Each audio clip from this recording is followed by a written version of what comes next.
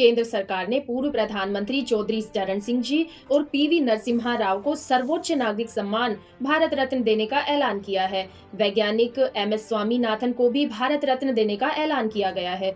आइए जानते हैं कि भारत रत्न किसे दिया जाता है और पुरस्कार में क्या सुविधाएं मिलती है। भारत रत्न देश का सर्वोच्च नागरिक सम्मान है जो किसी क्षेत्र में असाधारण और सर्वोच्च सेवा को मान्यता देने के लिए दिया जाता है। यह सम्मान राजनीति, कला, साहित्य, विज्ञान के क्षेत्र में किसी विचारक, वैज्ञानिक, उद्योगपति, लेखक और समाज सेवी को दिया जाता है।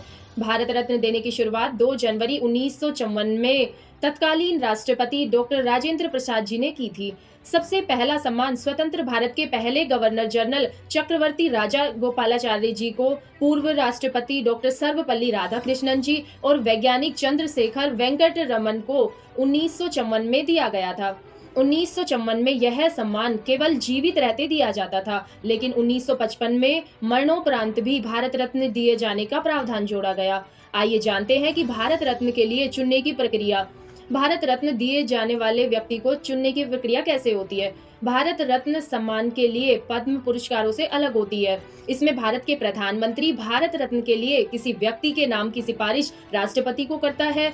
भारत रत्न के लिए किसी औपचारिक सिफारिश की जरूरत नहीं होती है। कोई भी व्यक्ति जाति, पेशा, पद या लिंग के आधार पर अंतर किए बिना इस पुरस्कार के लिए योग्य माना जा सकता है। एक साल में सिर्फ 3 भारत रत्न ही दिए जाते हैं। साथ ही ये भी जरूरी नहीं है कि हर साल भारत रत्न सम्मान दिया ही जाए। अब तक कुल 48 लोगों को भारत रत्न सम्मान दिया गया है। आखिरी बार यह सम्मान साल 2019 में दिया गया था। 2019 में समाज सेवा के क्षेत्र में नानाजी देशमुख मरणोपरांत, कला क्षेत्र में डॉक्टर भूपेन हजारिका, उनको भी मरणोपरांत, और लोक कार्य के लिए भारत के पूर्व राष्ट्रपति प्रणब मुखर्जी को भारत रत्न से सम्मानित किया गया था।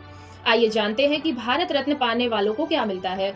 भारत रत्न पाने वालों को भारत सरकार की ओर से एक प्रमाण पत्र और एक मेडल दिया जाता है। इस सम्मान के साथ कोई धनराशि नहीं दी जाती है। इसे पाने वाले को सरकारी महकमे की सुविधाएं मुहैया कराती है। उदाहरण के लिए भारत रत्न पाने वालों को रेलवे की ओर से मुफ्त की यात्रा सुविधा मिलती है। भारत रत्न पाने वालों को अहम सरकारी कार्यक्रमों में शामिल होने के लिए न्योता मिलता है। सरकार वारंट ऑफ प्रेसिडेंट से उन्हें जगह देती है। जिन्हें भारत रत्न मिलता है उन्हें प्रोटोकॉल में निम्नलिखित व्यक्तियों के बाद जगह मिलती है। वारंट ऑफ प्रेसिडेंट का इस्तेमाल सरकारी कार्यक्रमों में वरीयता देने के लिए होता है। राज्य सरकारें भारत रत्न पाने वाले हस्तियों को अपने राज्य में सुविधाएं उपलब्ध करवाती है। इस सम्मान को अपने नाम से पहले या बाद में नहीं जोड़ा जा सकता है। हालांकि इसे पाने वाले को अपना बायोडेटा, लेटर हेड या विजिटिंग कार्ड जैसी जगहों पर यह लिख सकते हैं कि राष्ट्रपति द्वारा भारत रत्न से सम्मानित या भारत रत्न प्राप्त करता। आइए जानते हैं कि कैसा दिखता है मेडल।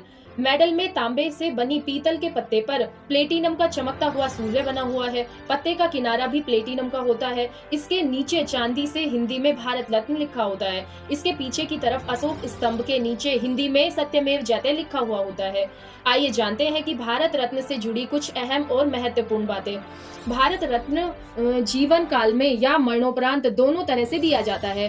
साल 2013 में पहली बार खेल के क्षेत्र में सर्वोच्च योगदान या प्रदर्शन करने के लिए भारत रत्न देने का निर्णय लिया गया। इसके बाद 2014 में सचिन तेंदुलकर को इस सम्मान से नवाजा गया था। यह पुरस्कार गैर भारतीयों को भी दिया जा सकता है। मदर टेरेसा जी को 1980 में भारत रत्न दिया गया था। स्वतंत्रता सेनानी खान अब्दुल गफ्फार स्वतंत्रता से पहले भारत में जन्मे और बाद में पाकिस्तान चले गए थे।